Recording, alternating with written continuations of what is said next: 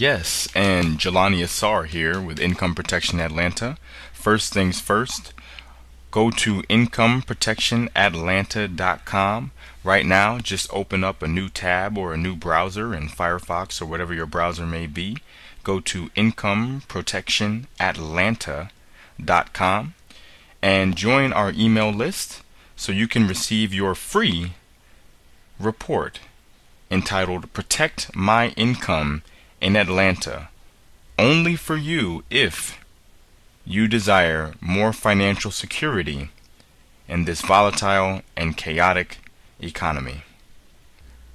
And now let's get to our interview with another mesmerizing Atlanta business owner.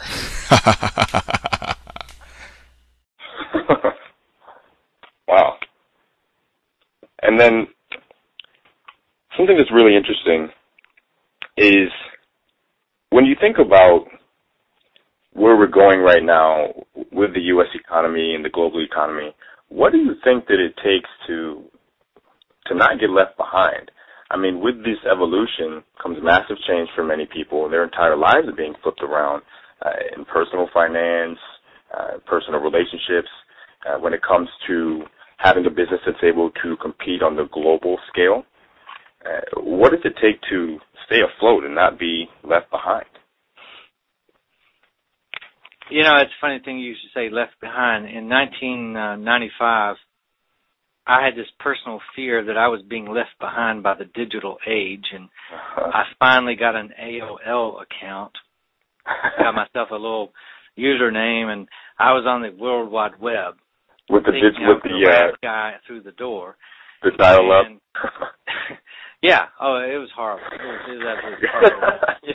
Statistics that I've read then, more recently, suggested that in 1995 there were only about 1 million people in the United States on the web, and today it's more like 260 million people on the web in the U.S. today. So I was at the forefront. I wasn't at the end, but I felt like I was at the end. Huh. We do seem, you hear about, and all you know and what's in the media is all about the cutting edge, and you got to have a Facebook page, and you got to have friends, you got to be LinkedIn, you got to tweet, or you're nobody. You're outside the mainstream. Yeah. But I don't think anybody needs to run and jump over a cliff over that if they're not in LinkedIn and don't have a great profile. I mean, because if your business is, clipping lawns or dry cleaning clothes, people may not be looking for you at LinkedIn. They may be looking for you when they're in their car on their way to their office. Right.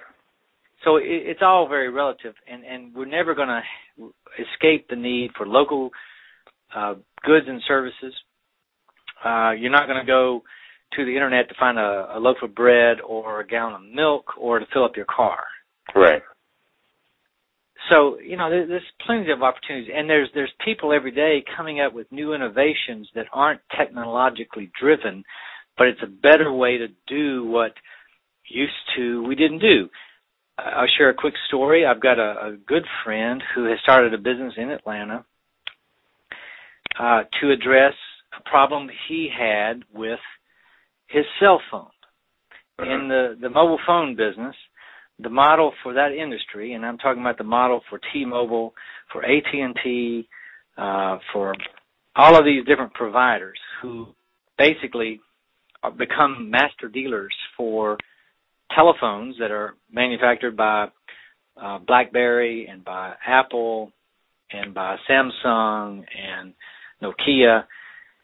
You walk into their store to get a phone, and what you pay for that phone is according to how long you'll commit to keep service with them. Yeah. So if you don't want to make a commitment, that little piece of metal and buttons may cost you $200. But if you'll sign a 2-year commitment to buy your access through that company, the phone is free, or the phone is, $50, because the price is subsidized through your commitment. Mm-hmm. And then likewise, when you break the phone, if you a little key gets stuck or you crash the screen, you got to go in to get it replaced. Well, the model for those providers is they want you to re-up for 2 more years. So they'll say, well, if you're going to want to get it fixed, we can send it to the factory, and maybe we'll have it back in 7 days, and you will have no phone service and no texting and no email access remotely for 7 days. Or we see you're eligible for a new replacement for free if you'll just re-up on our service for 2 more years. Uh-huh.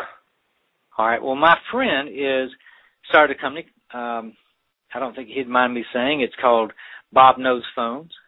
Bob Knows Phones. Bob Knows Phones, and Bob will he will repair your phone on the spot. Huh. So you may have to pay $50 or $60 to repair your phone, but you're not re-upping to commit to bad service and getting your calls dropped by AT&T every 20 minutes. Right. It gives you more choices. Huh. I bet he and you don't have to start a new phone and learn how to reprogram and learn how to all the new things you don't have and go back and figure out your background and your ringtone and all that stuff. You get your phone back that day, and you don't have any more obligations. Right. So that's not a new technology. That's just a better way of doing something we've all been accustomed to doing. Mm-hmm. And that's the kind of businesses I think you'll continue to see thousands of opportunities for. Those that are iterating. Yes. Mm. Okay. And then my final question. And wonderful. And join us for our next part of another fantastic interview with our great guest, with another amazing Atlanta business owner. In the next video.